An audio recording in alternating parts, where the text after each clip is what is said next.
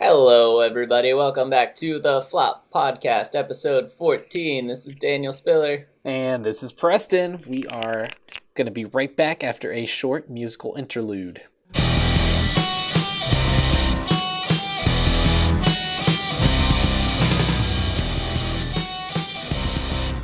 All right, welcome back to the Flop, episode 14, everybody. And of course, this one comes with no Big Three again, but we have the Super Bowl breakdown. We'll get to that in just a second. Danny, you are coming back from sunny Utah, or Sundance, Utah. So, how was that? They do have sun in the name, but there's no sun to be found there. Yeah, I was at Sundance catching some movie films, and hanging out at the Mormons and all that good stuff. You and Shia LaBeouf, best friends? Yeah, I saw Shia LaBeouf friends? twice. We're friends. But not best friends yet. Gotta wait. Soon. I'm It's- going over to his house for a barbecue on Wednesday. Okay, that's fine. All right, that's pretty che. Yeah. Not much going on in this neighborhood, but we do have a lot to break down with the Super Bowl now. Oh, I did want to mention, we were just talking about this. I was able to get that little string, the little drawstring, back into a hoodie that I wear for the podcast Wow. from time to time, Wow. and I'm feeling pretty accomplished right now. Took me Yes. less than 2 minutes, so That might be a new record. don't mean to brag, but I will be calling Guinness. Send that to Guinness right now. Yeah, absolutely. All right, well, let's get into the Super Bowl breakdown. Patriots, Rams.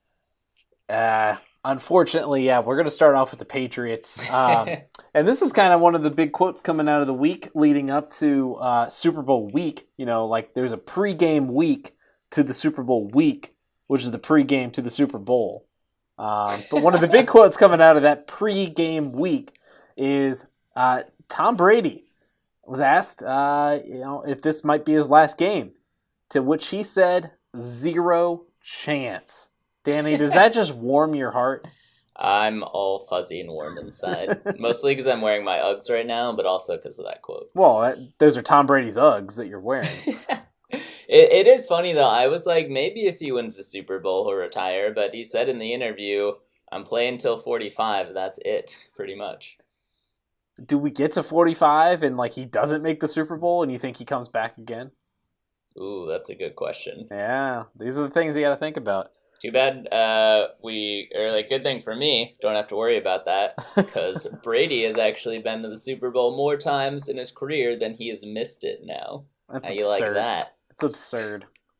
You know what it is? It's his competition. Who has he had to play? Name some great teams in the AFC. Peyton Manning. Peyton Manning, okay, I'll give you that one. Name another one. Peyton Manning. Okay, fine. But specifically look at his division. The AFC East has probably been, outside the Patriots, the worst division in football during Tom Brady's career. What about Rex Ryan? Okay, yeah, you got me there. Rex Ryan. Sexy Rexy.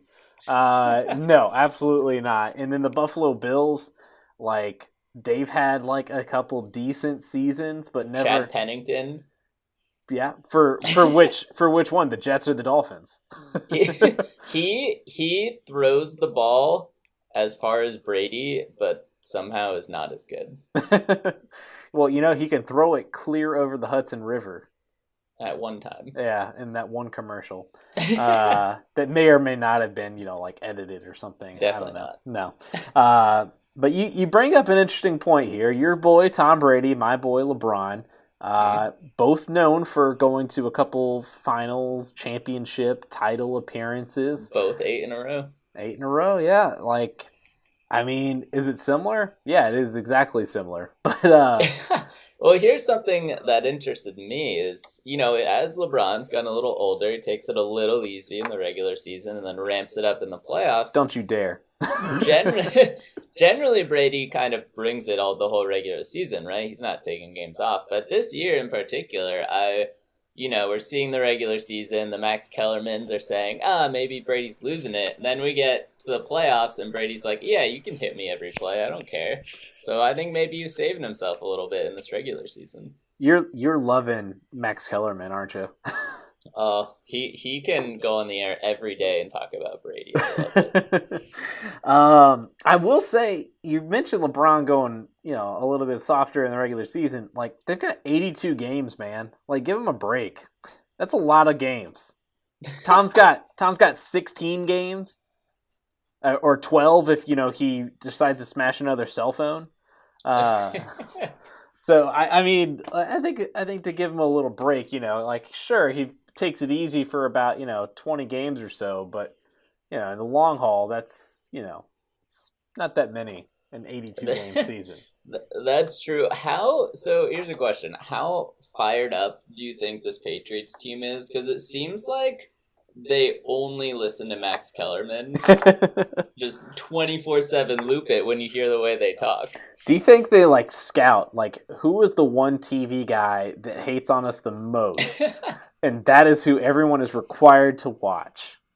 Absolutely. It's to the point where opponents know we can't give them any bulletin board material. We cannot do that.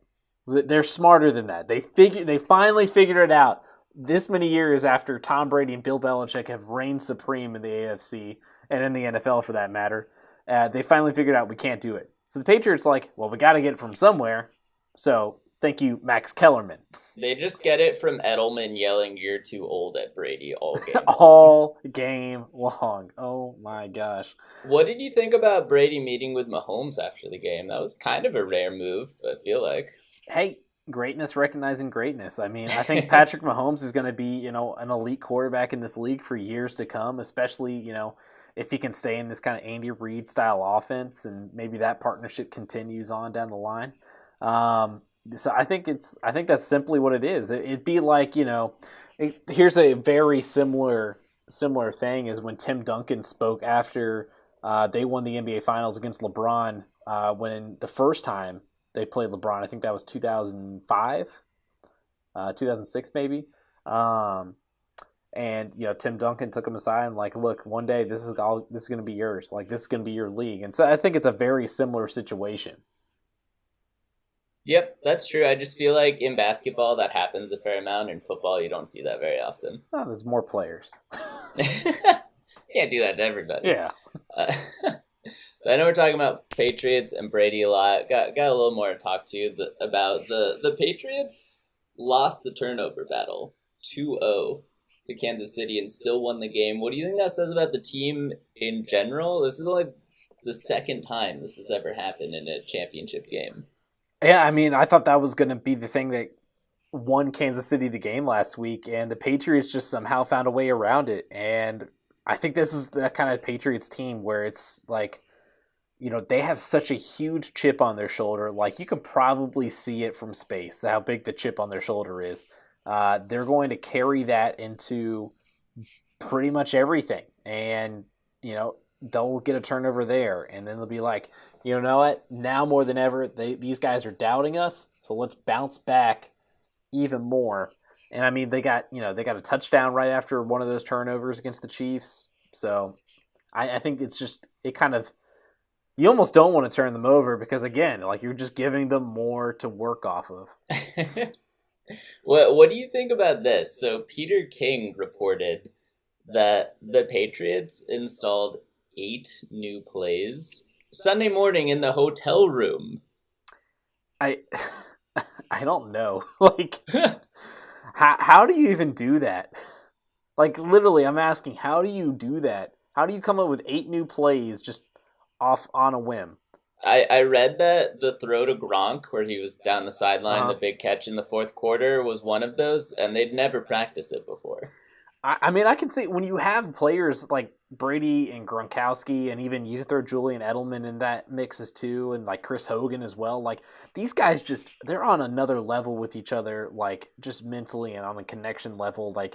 They're way past the first date. They are way past the 40th date. They have been married for years. They're an old married couple. They know exactly what each other is going to do.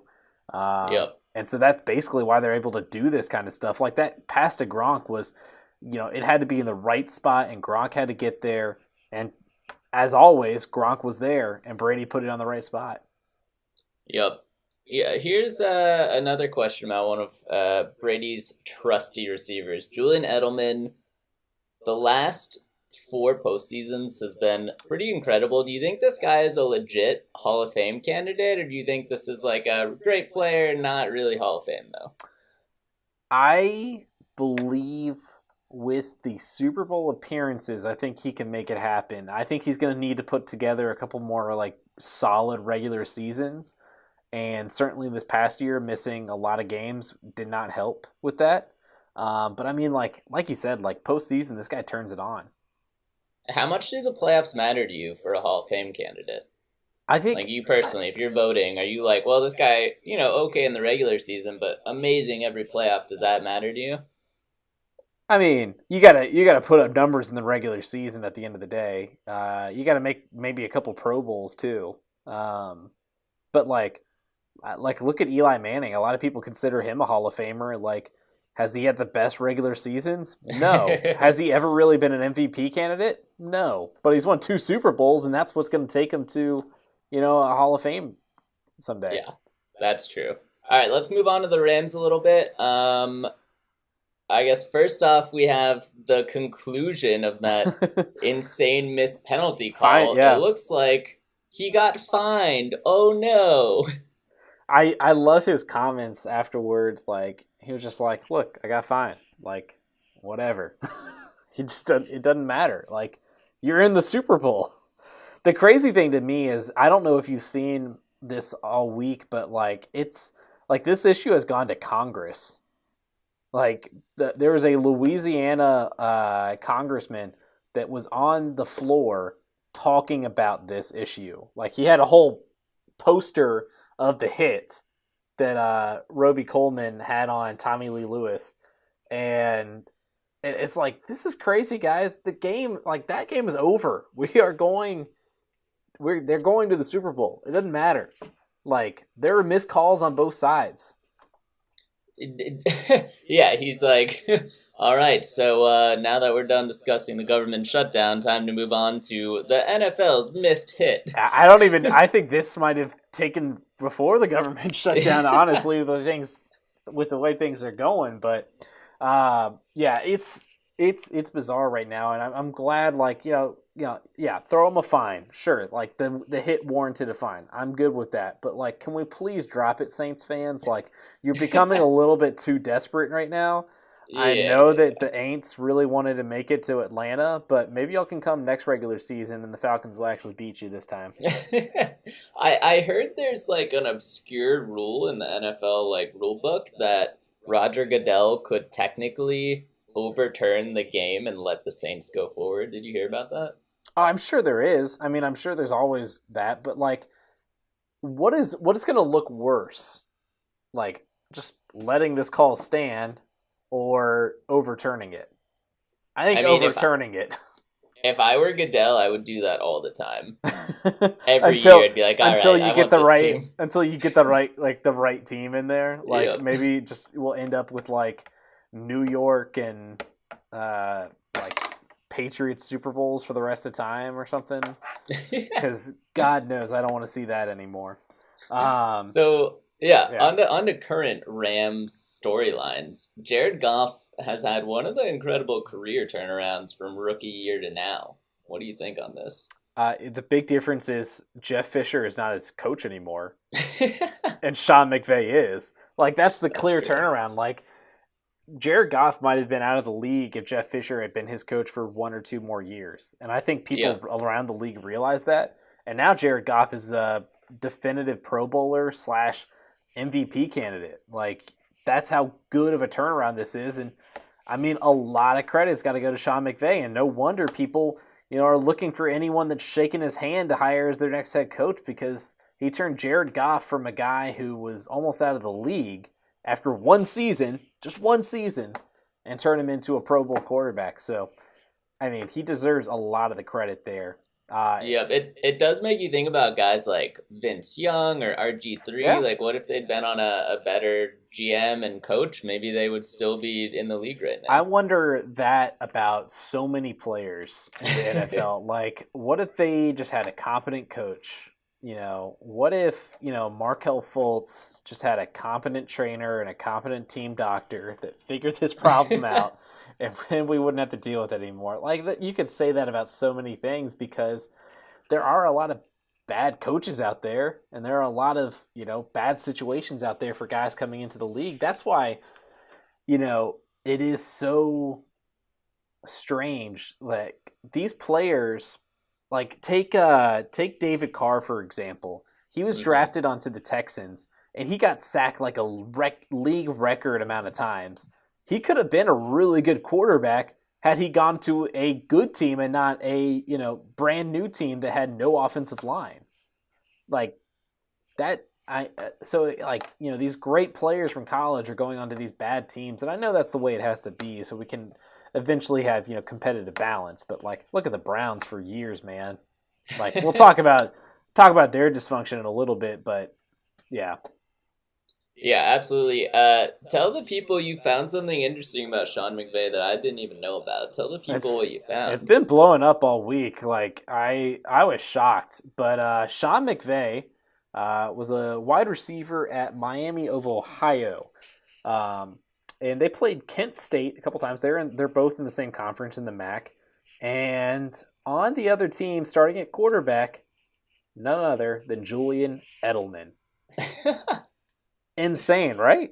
That's wild. Like, Julian Edelman is still, I would say he's still, like, in the prime of his career. Like, he might be on the downslope now. And he is playing someone that he played in college. I guess Sean McVay didn't have the longest wide receiver career. No, he wasn't all that great. But here's another thing. Like, Tom Brady wouldn't even have played Sean McVay in college. Like, that's how much older Tom Brady is. Another crazy thing that I just saw, you mentioned Peter King earlier, and he's got something coming out, I believe tomorrow, about Sean McVay. He woke up with him for like a typical morning in Sean McVay's life. Guess what time Sean McVay starts that morning? Oh my goodness. I don't want to know. He is in the car on his way to work by 4:10. Wow. By 4:10. That means he's already done a whole host of other things before that. I mean, what does our favorite motivational speaker say about waking up early? You gotta want to succeed as bad as you want to breathe. Yeah, you gotta get up. You gotta get up early. Like, while everyone else is sleeping, I've already done, like, by the time everyone wakes up, I've already, like, done more stuff than they'll do, like, the whole day, pretty much. Yep. Gosh, what was his name? What's his name? I can't even remember. Thomas. Eric Thomas. There we go. The hip hop preacher. Hip hop preacher. All right. We talk about that defensive front for the Rams. Aaron Donald, Ndamukong Suh, Dante Fowler, Michael Brockers, a lot of guys. Yeah, go ahead. Do you think like, because this is the thing in Brady's career, like, teams just have not been able to get pressure on him. He stands back there like a statue for like 20 minutes, like has his cup of coffee and a sandwich, and like then tosses it for a touchdown. Like, can the Rams get the pressure on him, kind of like the Giants when the Giants won those 2 Super Bowls? Yeah, and historically, it's almost always been some kind of pressure that's tripped Brady up. Even in the Eagles game last year, it was a strip sack that won the game, and we've seen it against the Broncos back in the day in conference championships. Various great defenses, when they hit Brady a lot, make him struggle. Yep. The LA Rams have a lot of talent on their D-line, but I'm not sure they've necessarily played up to that level of talent. So do I think they have the potential to rattle Brady? Yeah, I don't necessarily think they will, especially, the Patriots have arguably the best offensive line coach of all time in Dante Scarnecchia. Did I get his name right? So close. You're right. I'll let it pass. No, you'll allow it. All right, good. So, I mean, unless Sean McVay has some defensive schemes thought up that the Pats have never seen before, I think it's going to be tough. Yeah, I think Bill Belichick and Josh McDaniels are game planning all week for Aaron Donald because, like you said, like, they have some talent, but maybe not as good collectively as some of the other lines they've played. But Aaron Donald might be the best they've ever played against. Like, he is Yes. one of the greatest defensive players of all time already. And so I think he's like, this is like, preparing for like, I don't want to compare it, but it's like preparing for Reggie White. Like, this is one of the greatest. And Bill Belichick knows about like players like this, like Lawrence Taylor, like that you couldn't not game plan for that man, because he was just going to do it anyway, and that's basically what Aaron Donald's done this year. So it's almost like, all right, well, like let's triple team him and to like just see if like Ndamukong Suh can get off his butt and like get to the quarterback in time. Yep. Last question here on the Rams. Both teams have turned to a run game in the postseason, but Todd Gurley had 4 touches in the championship game. You think he's coming back? Is he hurt? I heard he might have just been benched and not even hurt. What's going on?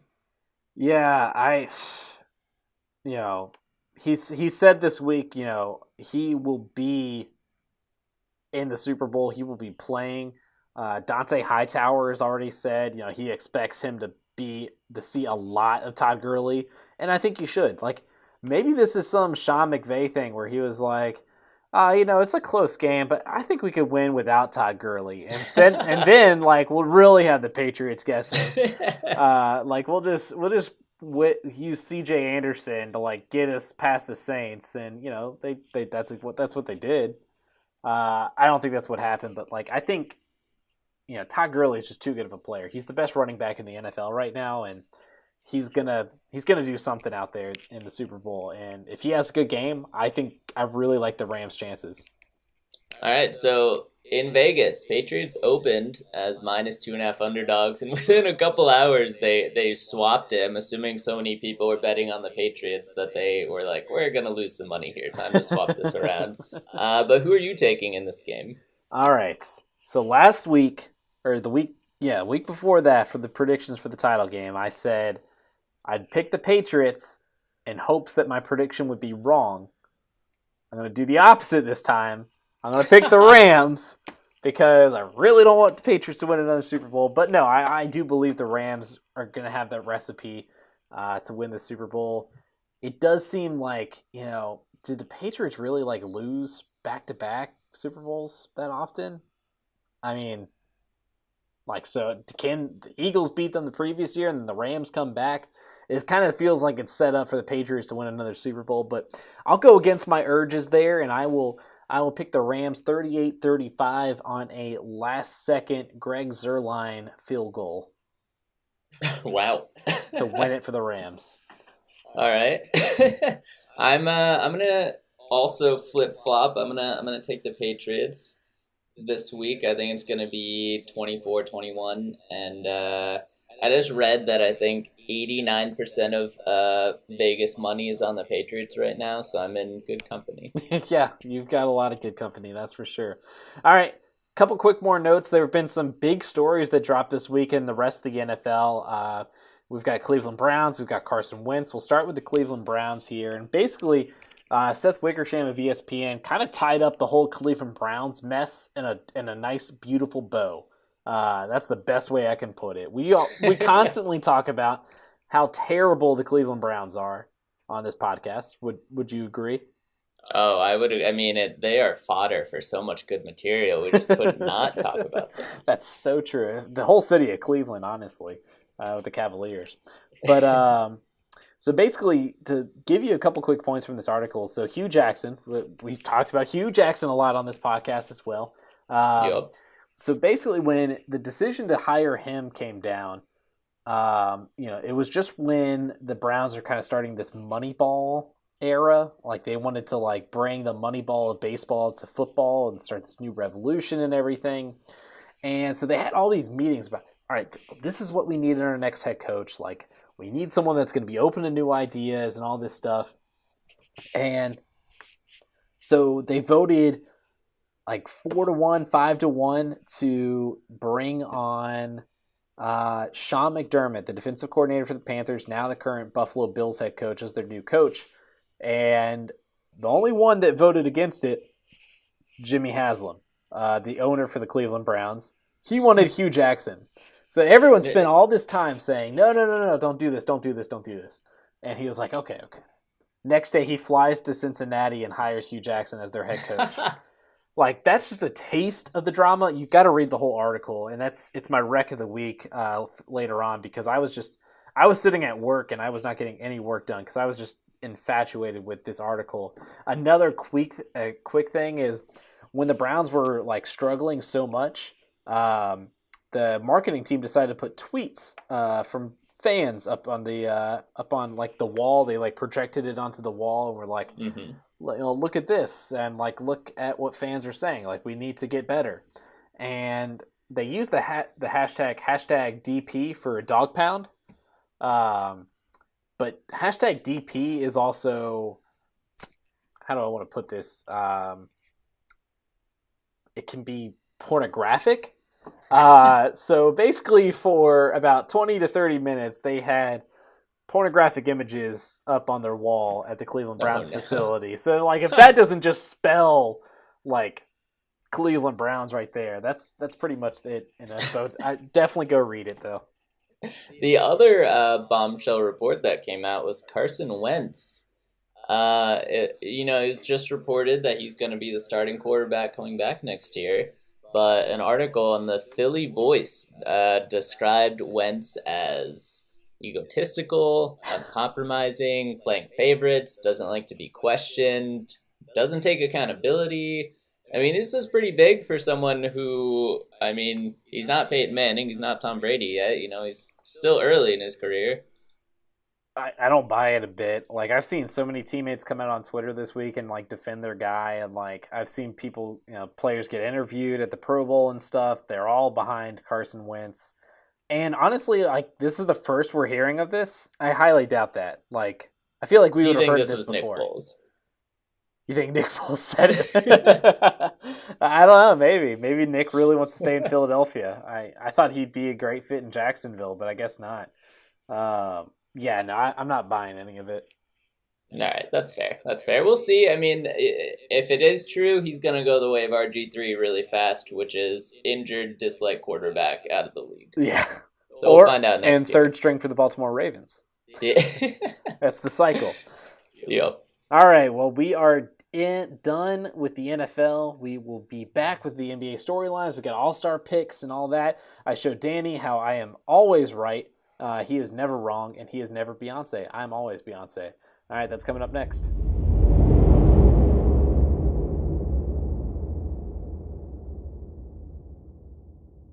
Welcome back. It's now time to get into the NBA storylines. Eventually football will be over and the NBA will become number one, but football's still got another 6 months left, so we've got some time. But last week we gave you our all-star picks, and this week we have the all-star picks. We have the starters. So I'll run down the teams real quick, and then we'll give our thoughts on them. So the captains, Giannis Antetokounmpo for the East and LeBron James for the West, my two favorite players. This is going to be really hard to decide who to root for in the All-Star game. All right, for the East, you got Kyrie Irving, Kemba Walker, Giannis Antetokounmpo, Kawhi Leonard, and Joel Embiid. And then over in the West, Steph Curry, James Harden, LeBron James, Kevin Durant, and Paul George. All right, Danny. I got 5 for 5 in the East. You told me no Kemba, and I told you Kemba. I went 4 for 5 because I protested the NBA's rules for needing 2 guards. It's very true. All Kemba all day. All right, and the West, we actually were both 4 for 5. Yep. Because we both assumed Anthony Davis would be a starter, and we assumed wrong. And I guess, this is – I understand the West right now because, Paul George is having an incredible season. The Thunder are one of the, the second or third best team in the West right now, and he's the best player on the team. So rightfully so, he should be in the All-Star game. Yeah, and I think a big part of it is that Anthony Davis, A, is hurt right now, and B, his team is 8 games out of the playoffs, and Paul George is 3 or 4 right now in the West. I think that's kind of what it came down to. Is Anthony Davis the better player overall? Sure. But yeah, Paul George is having a better season right now. You had Paul George over LeBron though, and I Yep. told you, heck no, LeBron always wins. I guess LeBron is rehabbing just to get back in time for the All-Star game now. Oh, absolutely. He's got to get that All-Star game MVP, rack him up. All right, so those are the starters. Real quick, we'll go through some possible guys for reserves. In the West, I think we both agree Anthony Davis. Yep, absolutely. Anthony Davis, maybe some Russell Westbrook. He's having an awful year. Awful year, but he'll still get in, I'm sure. Nikola Jokic for the Denver Nuggets. I think he's been great this year. A lot of people said maybe he should be a starter in the West. Didn't get that, but definitely deserves some love there. Luka Doncic. Luka Doncic. And Luka Doncic. And maybe. Oh my gosh. He's gonna get the fan vote, that's for sure. There is no more fan vote. No, he's got the fan vote. There is no more fan vote. The fan vote is done. You can no longer Google vote for your All-Stars. Yeah, maybe Luka Doncic, maybe. Trying to think of some other ones like Dame Lillard, maybe. Yeah, I guess obligatory. Obligatory, yeah. Gosh. Obviously, Anthony Davis will probably get it. Yeah, we said Anthony Davis. Klay Thompson, what do you think? Yeah. You think so? Just because of the recent hot streak? Because he was bad for most of the season. He was, but now they've won 10 straight, Yeah. and he's playing well. Yeah, very true. All right. And he's Clay. People just like Clay. all He's right. a likable guy. So those are just a couple names for the West. Oh, Karl Anthony Towns. Definitely not. You saw him play. We'll talk about it in a second. I would think Karl Anthony Towns. All right. Over in the East, looking at it. Blake Griffin, yeah, absolutely. Bradley Beal. He's not a guard, so he can be in there as a backup forward. I love Bradley Beal. That was who I was going to say. Stop taking my picks. Ben Simmons. Yeah. Now, here's the real question. Jimmy Butler. I hope not, but probably. Hope not, but probably. Yep, that's kind of what we're down to on this show. And I think the Raptors or the Bucks will get a second All-Star. Maybe Jason Tatum. Yeah, no. Sorry, bud. I think the Raptors or the Bucks will get a second All-Star, whether it's Kyle Lowry or Pascal Siakam, or if it's Eric Bledsoe or Chris Middleton.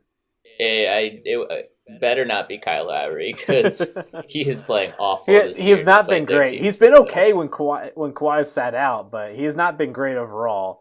So that's why I was like, really? Is it really going to be Kyle Lowry? I'd pick I don't know if Siakam really deserves it. So maybe there isn't another All-Star in the Raptors. I feel like Kyle Lowry would get in though. That's just my thoughts. I don't know. What do I know?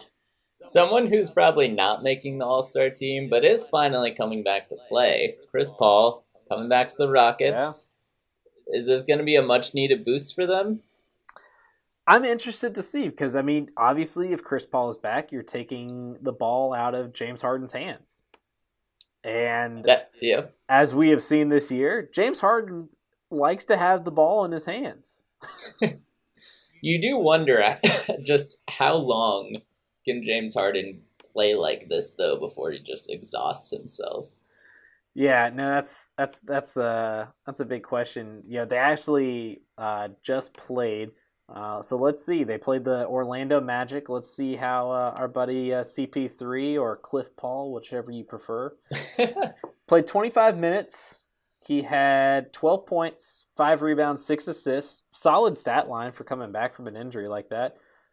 James Harden, still doing James Harden things. He had 40 points, 6 assists, 11 rebounds, 4-12 from 3, 14-27 field goal. Obviously, they beat the Magic, only by 5, though. So far, so good. Obviously, we're talking to, this guy already, these guys already played together last year and almost beat the Warriors. So they can play together. It's just, is it going to take away from Harden? This is true. All right. Well, I speaking of appreciate Warriors, the agreement. Thank you. I don't have anything to say. I mean, I think they need Chris Paul. Like, James Harden can't do it by himself, but Yeah. I don't know. I don't have anything to add. All right. Well, let's get to your team. The Warriors and the Celtics. Crazy finish there. Potential finals preview, you think? Yeah, I think so. That was your not so sure Bostonian voice. I'd like to think so. I'm not sold yet. Everyone wanted to say that, but I'm not sold yet. I still think this Celtics team has a lot to work out, including Gordon Hayward. What in the world do you do with him? And an unnamed Warriors player called him a liability, not just on defense, but also offense. Who do you think said that? I'm like racking my brain around. I was thinking about this. Like, do you think it would be a star? Because, like, it would be too obvious if it was Draymond. Durant? No, I don't think Durant would say that. I was thinking like a wild card, maybe like Jordan Bell. He's got nothing to lose. He's got nothing to lose. No, he is the like de facto center when DeMarcus Cousins isn't playing for a championship team, like one of the greatest teams ever put together. We could play this game all night. Who do you think said anonymous quote? That could be a fun game to play sometime. We'll write that one down and we'll think about it for the future. But speaking of all-star festivities, there are some other things that happen in the week that no one watches anymore. But maybe people will be interested in the Curry brothers going at it with each other in the 3-point contest. You've got Steph, you've got Seth. Who would you take? Oh, I'm taking Steph, but I also saw Dirk Nowitzki's doing it. Okay, he's done it before. He does. That's what I'm excited to see. He's done it before. 49-year-old Dirk Nowitzki. I actually kind of want Ben Simmons to do the 3-point contest, seeing as he never shoots 3-pointers at all. But evidently he's not going to be taking part in any of the All-Star festivities because he tweeted or sent out a social media post or something that he was going to be in the dunk contest. And then took it back and said, I was just joking. What? You never joke about that. I mean, here's the direct thing. Like, it says, Keith Pompey of the Philadelphia Inquirer reported on Saturday that the Philadelphia 76ers point guard Ben Simmons intends to participate in the 2019 Slam Dunk Contest. However, Simmons later clarified to Pompey that he was only joking. Why would you joke about that? I don't know. Why would you joke about that? But that brought up something to me. Like, this is something I was thinking about after that. Is the dunk contest just a complete joke now that players are kidding about playing or participating? Right. Like, I talk to people about this all the time. Like, when is the last time like we have had a star participate in the dunk contest? It's probably Dwight Howard when he did that sticker jump. Dwight Howard, Blake Griffin. Yeah. Yep. Like, I think those are the only, like, stars that ever, like, really participated in it, like, in my lifetime. I mean, Vince Carter was before that, Michael Jordan, like, all those guys, like, that was way before I really started watching the NBA. Like, it's just, like, no one's really doing it. Like, why are we even doing it still? Yeah, it's sad because it used to be a really fun event. Oh, for sure. Now it's not. I mean, I remember like my mom, who doesn't watch a ton of basketball, if any, was sitting there enamored with Blake Griffin bringing this car out onto the floor and dunking over it. Like, that's an all-time classic right there. Yep. Like, you remember where you were on that day. I was at home watching the dunk contest. It was like the moon landing. Exactly. It was the Blake Griffin landing. And not the one where he landed in Detroit and everyone forgot about him. All right. Danny, you, like we said earlier, were in Utah and you got to take in some NBA action. What game were you there to watch? I really did. I saw Utah play Minnesota. Oh, boy. And this was, you know when a team is like kind of well coached or not well coached on TV, but in person, It really shows. So you have Utah, like a well-coached, share the ball Yeah, team. Quinn Snyder, And great coach. you have Minnesota that I've never seen a worse coached team in my entire life. Derrick Rose was out. Karl Anthony Towns picks up like 4 fouls in the first half, so he didn't really play in the first half. So that's why you're Andrew biased Wiggins. against him, though, for not making the All-Star game. You just didn't get to see enough of him. Well, hold on. Let me tell you, Andrew Wiggins, I swear, goes every time he gets the ball, he goes to the hoop every single time and misses a layup. I've never seen someone do this so many times in one game. I think he finished like 5 for like 19, something absurd. Future All-Star? I was like, this isn't even a contract year. Like, no, why is he's he already doing got this? he's already got his money. Like his contract is ridiculous. But you were saying, he is probably like the most athletic bad player that you've ever seen. Yeah, he gets to the rim every time and misses the layup every single time. It's unreal. Karl Anthony Towns, on the other hand, scored 30 points in the second half and almost won the game for them. Actually, very good. All right, so yeah, like he's definitely a he's definitely an all-star, right? Yeah, Wiggins, I am now calling him ISO Wiggins because every time he gets the ball, he ISOs. Wiggins, by the way, that contract is a 5-year max salary extension. He got max money. So he is making about a little over 25 mil this year, goes up to 27, 29, 31, 33. So enjoy that contract, Minnesota. You really found a good one. But we will be right back. We, of course, have our Tim Tebow update coming your way. It won't be as much about us talking about it. It's really what you're going to need to watch. So that is coming up next.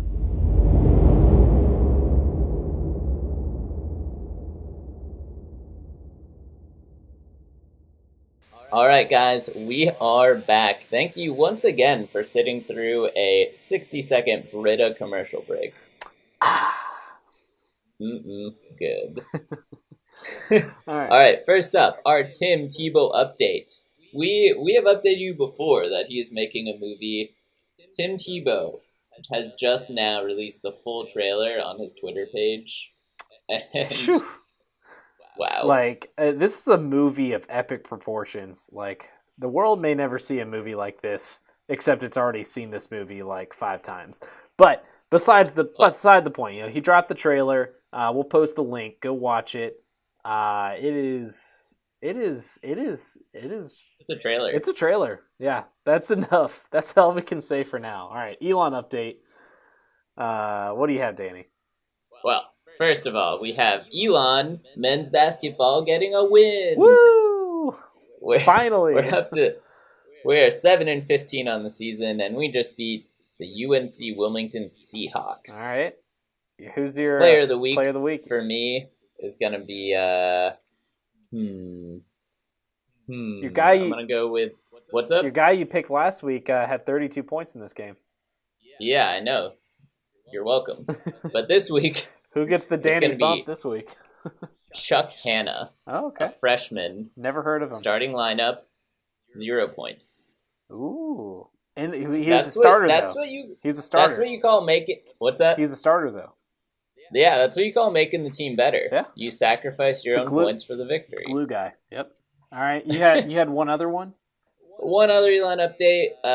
Elon's soccer team actually pretty good, and one of our former players, Daniel Lovitz, has actually made the U.S. national team and has a chance to be playing in the game that's on tonight. So just pretty cool. Letting you know what's up with the Elon alum. We went to a couple Elon men's soccer games while we were there. We went to that NCAA tournament game. You remember that one? I do. We won. Where everyone rushed the field, but we were too late to rush the field because by the time we jumped on the field, everyone was like getting pushed off the field. Did not do well in my first run the field experience. It was exhilarating. We don't get many of those at Elon. Very rare. All right. Rex of the week. Obviously, I've already mentioned the Cleveland Browns article. Definitely head over to ESPN and read that one. Very, very good. It's a long read, but a good read. And now time for the Instagram update. I sent Danny this video earlier in the week. He knows exactly what it is. But I basically titled it, I hate and love Tom Brady at the same time. Basically, Tom Brady's walking around, and he doesn't say anything. He just looks at the camera, looks at Gronk, like got this music playing the whole time, and it's just like, just a bad man. He's a bad man. All right, LeBron, mentioned him earlier too. He is now recruiting Kyrie. Maybe? What? No. We talked last week about the phone call, the infamous phone call where Kyrie apologized to LeBron, and now LeBron is tagging him on Instagram, singing a song about rewind, and bring Kyrie with me to LA next year. I refuse. Trade for Anthony Davis and create a new big three. What? Don't even speak those words. What? I'd love that. Like, that would be so perfect if Kyrie spurned the Celtics for the Lakers. Like, could anything make Celtics fans more angry? No. Nothing could. Absolutely nothing. All right. Victor Oladipo, obviously he got hurt earlier this week. He will be out for the season. He posted that he will be back better than ever. Are you buying it? Am I buying... You buying that he'll be back better than ever? Oh, no. All right, fair enough. Yeah, no. I mean, he's a pretty athletic dude. An injury like that might take that athleticism away. Look at Hayward. Hayward might go down in the Markelle Fultz category. Hey. All right, and finally, what would an Instagram update be without Antonio Brown? A staple. Right? He basically posted to the 49ers, like, come and get me. Like, do you like that matchup? Do you like that Brown on the 49ers? Jimmy G thrown to Antonio Brown? Yeah. Hell yeah. Hell yeah. All right. Hell yeah. There we go. Spoken like a true Bostonian. Or at least a Boston sports fan. All right. Time for the weekly sign-off, Danny. Who do we have? I think we should do Sean McVay and Julian Edelman. Ooh, like old school, like a flashback? Yep. All right. I'm feeling it. All right, and clock starts now. Scene sets. Somewhere in the middle of random Ohio. Two schools. One, no one knows where it is. And two, others think they're from Miami of Florida. But it's not. It's Miami, Ohio, and Kent State. A young, very, very young Sean McVay. Still handsome. Takes the field. Always handsome. And also a very, very young Julian Edelman takes the field opposite Sean McVay. The refs blow the whistle. The ball snaps. Julian Edelman, the shortest quarterback ever, takes the snap, scores a touchdown. It's all down to Sean McVay, the really small wide receiver that's not all that great. And what's this? They take Sean McVay. They line him up at quarterback. Denzel Washington is on the sideline. He calls a Remember the Titans special, and Sean McVay runs all the way 90 yards for a touchdown to win the game. And then Sean McVay was drafted by the New England Patriots as a slot receiver. Wow. And Julian Edelman went on to become the head coach of the Los Angeles Rams. Wow, an alternate dimension. Yeah. Wow, it's got twist good. ending. All right. Well, that is going to be enough for us today. We clearly need to stop talking. So if you want to hear us talk more, we'll be back next week. After the Patriots lose in the Super Bowl, we might be doing it the next day, so Danny has a little bit of time to mourn the loss. Or, as usual for Patriots fans, just run around and shove it in everyone's face. So that's all the time we have next week. For this week, we will be back next week after the Super Bowl. Danny, say goodbye to the nice people. Bye, nice people.